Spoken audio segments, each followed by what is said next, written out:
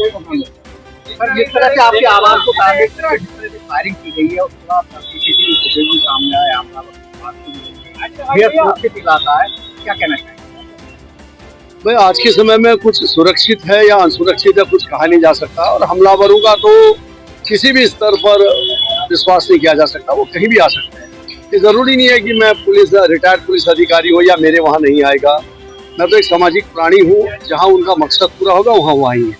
जिस तरह से हमला पूरे हमले में किस तरह से जैसे आपने कुछ कहा है कि फर्स्ट फायर हुआ और स्वदेशी विदेशी हथियार के इस्तेमाल का बड़ा खतरनाक षड्यंत्र पूरे सारा कर रहा है, क्या पुलिस से आपकी बात? हाँ, निश्चित तौर पर जो मैंने हथियार देखे हैं और जो फायरिंग के मैंने आवाज सुनी है वो लगता नहीं है कि हमारे कोई इंडिया या स्वदेशी मैट, मुझे लगता नहीं है। मैंने खुद एक अनुभव किया है। आपकी बेटी जनता पार्टी की मुंबई में है, छोटी बेटी यहाँ पर है, ये पूरे घटना को लेकर जनता पार्टी से बात हुई है क्या? वहाँ भी सुरक्षा के इंतजाम मुंबई पुलिस की ओर से किए गए? एक्चुअली मुंबई में है, थोड़ा वो बाहर है पिछले एक हफ्ते से, और सुरक्षा के तो पुख्ता इंतजाम है ही है मुंबई में। और यहाँ पर भी मैं धन्यवाद दूंगा अपने एडीजी सर को, एसएसपी को, और उनकी पूरी टीम ने मेरे पूरा जो पुख्ता इंतजाम है वो मेरे लिए सुरक्षा का किया हुआ है। पूरी रात में यहाँ बहुत सीओ सर, इंस्पेक्टर लोग वो रात भर 12 बजे तक यहीं बैठे थे। सुरक्षा का पुख्ता इंतजाम। जिस तरीके सोशल मीडिया पर गोल्डी बरात ग्रुप में दिखाई कि उन्होंने फायरिंग कराई है, जो प्रेमानंद महाराज की उनको लेकर देखिए, अब सोशल मीडिया में कितनी बात सच होती है और कितनी बातों को तोड़ मरोड़ के पेश किया जाता है, इस बारे में कहना नहीं है। वो जरूर निश्चित तौर पर मेरी बेटी ने, और कोई अपने महिला के अधिकार के बारे में उसने कहा था, और उसी बात को तोड़ मरोड़ के प्रेमा जी के साथ जोड़ा गया है कि किसी अपनी साजिश हो सकती है।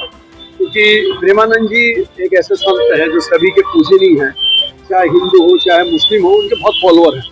और हम खुद प्रेमानंद जी को, मैं तो बहुत दिनों से उनसे मुलाकात करना चाहता हूँ, उनको दंडवत करना चाहता हूँ। ऐसे संत पाके तो हम लोग धन्य हो जाएंगे। तो उनके बारे में कौन ऐसा कह सकता है। Thank you, thank you. क्या मामला निकल के आया, अब तक की जांच में क्या पता चला? कल जो घटना घटित हुई थी इसके बारे में मैंने कल ब्रीफ किया था कि हम लोगों ने मौके पे सारी टीमों को भेजा है। 5 टीमें गठित की गई हैं जो ये चेक कर रही हैं कि क्या क्या एविडेंस हमारे पास अवेलेबल है। जो मौके पे खोखे बरामद हुए हैं उनको भी एफएसएल भेज के जानकारी करने का प्रयास किया जा रहा है कि किस प्रकार का असला, किस प्रकार की पिस्टल इस घटना में यूज हुई होगी। परिवार से भी मैंने अलग से बातचीत की है, उनकी अगर कोई आशंकाएं हैं उनके बारे में जानने के लिए। एक एसपी ट्रैफिक के नेतृत्व में 6ठी टीम हम लोगों ने सीसीटीवी कैमरा के लिए लगाई है, क्योंकि वो एक बहुत महत्वपूर्ण एविडेंस हमारे पास है, जिसके माध्यम से जो ICCC का कंट्रोल रूम है और अन्य भी जो प्राइवेट लोगों के कैमरे लगे हुए हैं, हम लोगों के कैमरे लगे हुए हैं, उनसे महत्वपूर्ण फुटेज प्राप्त हो, ताकि जो वाहन यूज हुआ है और जो लोग घटना करने के लिए आए हैं उनके बारे में, उनका हुलिया पता करने में हम लोगों को मदद मिल सके। उसी पे अभी सारी टीमें काम कर रही है। परिवार को हम लोगों ने सुरक्षा व्यवस्था उनकी सुनिश्चित की है। वहाँ पे एक आर्म गार्ड पुलिस लाइन से लगाई गई है, उनके साथ सुरक्षाकर्मी भी साथ में लगाए गए हैं। और ये 6 की 6 टीमें हैं, लगातार सीनियर ऑफिसर्स के द्वारा सुपरवाइज किया जा रहा है। और हम लोग उम्मीद कर रहे हैं कि जल्दी हम लोग घटना का अनावरण करें। घटना किस प्रकार से हुई, क्यों हुई, कौन लोग इसके पीछे थे, इसके बारे में विस्तृत जानकारी हम लोग निकाल पाएंगे जब घटना का अनावरण होगा और अपराधी पकड़े जाएंगे, उनसे डिटेल में पूछताछ की है। तो क्या लगता है विदेशी पिस्तौल से फायरिंग हुई? क्या इस परिवार से फिरौती वसूली की कहीं कोई बात निकल के सामने आई है? नहीं, इस प्रकार की कोई भी ना आशंका परिवार के द्वारा बताई गई है और ना ही इस प्रकार की कोई बात फिरौती से संबंधित किसी भी प्रकार की कोई बात अभी तक सामने नहीं आई है। जो वेपन यूज हुआ है उसके बारे में जरूर हम लोग एफएसएल भेज के ये जानकारी करने की कोशिश कर रहे हैं, क्योंकि वहाँ लोकल लोगों के द्वारा 6-7 राउंड फायरिंग की बात बताई गई है। और कुछ लोगों के अलग अलग वर्जन है मौके पे, लेकिन जो फील्ड यूनिट के द्वारा भी वहाँ पे मौका मुआयना किया गया, उनका भी ओपिनियन है कि मल्टीपल राउंड वहाँ पे फायरिंग हुई है।